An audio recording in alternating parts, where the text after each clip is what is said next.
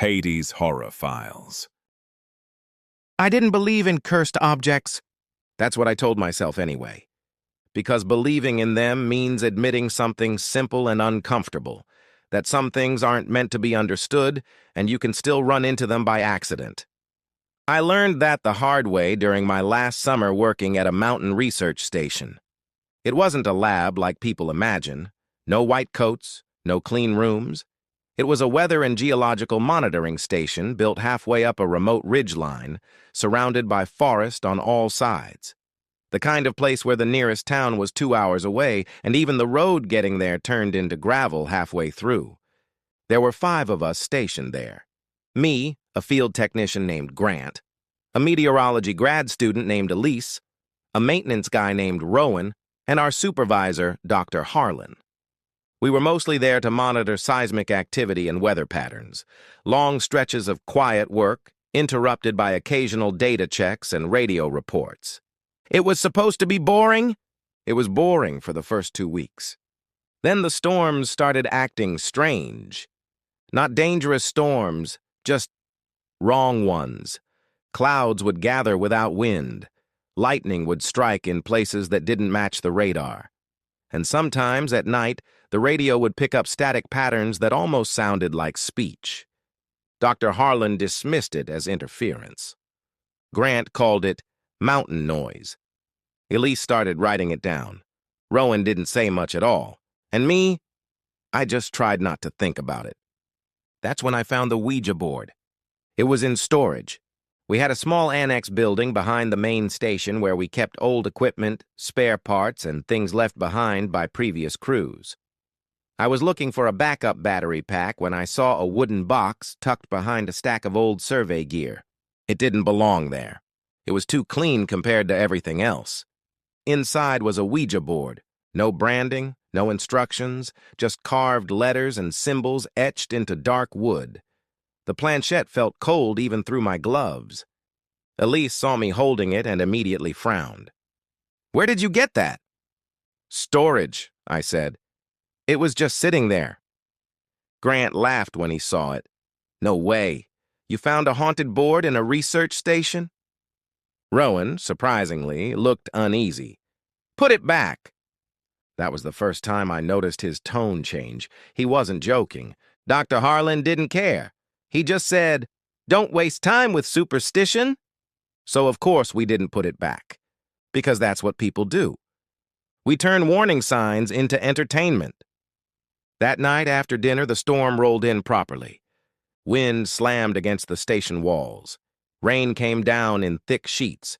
The whole building creaked like it was settling into something deeper than the ground beneath it. We sat in the common room with the lights dimmed because the generator was struggling against the weather. Grant was the one who said it. "Let's try it." Elise immediately shook her head. "Absolutely not." Rowan just stared into his drink like he didn't hear us. Dr. Harlan wasn't in the room. He was in his office upstairs, which meant, in Grant's mind, there was no authority present to stop us. I don't know why I agreed. Maybe it was boredom. Maybe curiosity.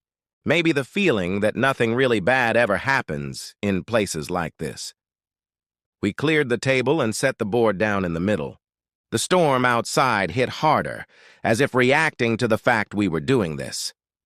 We turned off the overhead lights, used only a small desk lamp. Shadows stretched long across the room. We placed our fingers on the planchette. At first, nothing happened. Grant smiled. "Told you." Then the radio on the counter turned on by itself. Static filled the room, not just noise, patterns. Repeating, almost rhythmic. Elise whispered, "That's not interference." The planchette moved. Slowly. A single word formed beneath our fingers. "Listen." Rowan stood up immediately. "I'm done. I'm not doing this." But the planchette followed our hands slightly when he tried to pull away. That made him freeze. Grant swallowed. "Okay, that's new." Elise leaned in, voice quieter now. "Ask it something." I didn't want to. But I did anyway. "Who are you?" The planchette didn't hesitate. Harlow. We all looked at each other. That's not a name I recognize, I said. The radio clicked again. A second channel opened. Different static pattern. Then something that sounded almost like breathing. Grant's flashlight flickered. The lights in the station dimmed slightly. Rowan whispered, "He shouldn't be up there." Elise frowned. "Who?" Rowan didn't answer. The planchette moved again. Below, a loud metallic bang echoed through the building. From the basement, everyone froze. Dr. Harlan's voice came over the internal intercom system. Calm. Too calm. "Please report to the lower level." Elise shook her head immediately. "That system hasn't worked in years." The intercom clicked off, then came back on. Closer. "Please report to the lower level." Grant stood up. "That's just him messing with us." But Rowan looked pale now. "He doesn't use that system." The storm outside intensified. The building lights flickered. The planchette moved again on its own. "You opened it." Elise backed away from the table. We're stopping right now." But the room temperature dropped sharply, cold enough that we could see our breath. The radio began broadcasting something new, not static. Voices, multiple voices speaking over each other. Then one clear sentence. "It is inside the structure." The floor beneath us vibrated, not like an earthquake, like something shifting beneath the building. Rowan suddenly grabbed the board. "Stop!" he said sharply. "You need to stop asking." Grant stood up. "What is wrong with you?" Rowan looked at us like he was deciding whether or not to say something he had been holding back. Then he finally spoke. "There was never supposed to be a basement under this station." Silence. He continued. "When I got here 6 months ago, the blueprint showed solid rock under the foundation. No lower level, no access." Elise whispered, "But there is a basement." Rowan shook his head. "Not when it was built." A loud sound came from below again, this time closer, like something moving upward.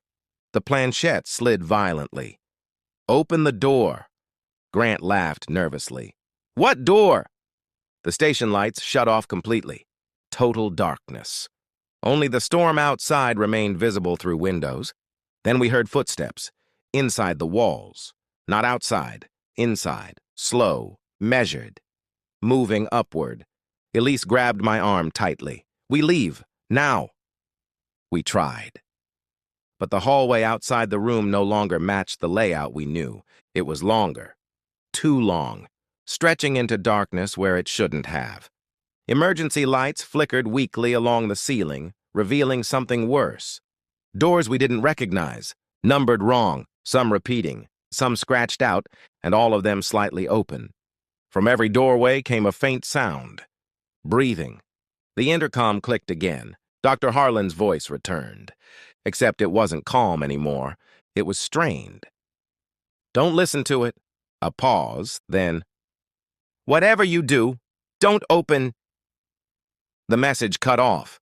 A loud impact shook the building. The radio exploded into static. The planchette in the room behind us slammed itself against the board. "Go down!" We ran, not together at first, just instinct. Down the hallway that kept changing length as we moved. The stairs to the basement were finally visible at the end. Except they weren't stairs anymore. They were descending too far, too many steps. Like they led somewhere deeper than the building itself. Grant stopped suddenly. "I hear him," he said. We turned. He was staring at one of the basement doors. Dr. Harlan's voice came from behind it, soft. "Open it." Elise shook her head violently. "That's not him." But Grant stepped forward anyway. He placed his hand on the door. And the moment he did, the entire building went silent. No storm, no wind, no electricity, just absolute stillness. Then the door opened inward. Not into a room, into something vast and dark and wrong, something that felt like space without structure. Grant stepped inside and disappeared without sound. No scream, no impact. Just gone. Elise grabbed me immediately. "We leave. We leave now." We ran back toward the main level. But the station wasn't the same anymore. The walls were damp. The lights flickered with unnatural rhythm, and the Ouija board was sitting in the middle of the hallway waiting for us.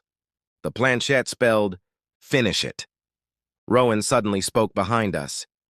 "You should have never asked it questions." His voice sounded distant now. We turned. He was standing at the top of the stairs, but his shadow was not aligned with him. It stretched downward into the basement. Elise whispered, "Rowan?" He shook his head slowly. "I'm not Rowan anymore." Then the shadow moved independently and pulled him downward. We ran.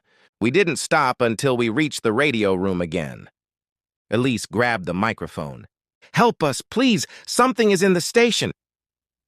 Static answered, then a voice. Not Dr. Harlan, not Rowan, not Grant, just something speaking through all of them at once. "You opened the structure." The station lights flickered back on. Everything was normal again, clean, quiet, empty, like nothing had ever happened. Except the Ouija board was gone. And on the wall behind the desk, carved deep into the wood paneling, were new words. "We are above now." I left the station the next morning. So did Elise. No one else ever came out.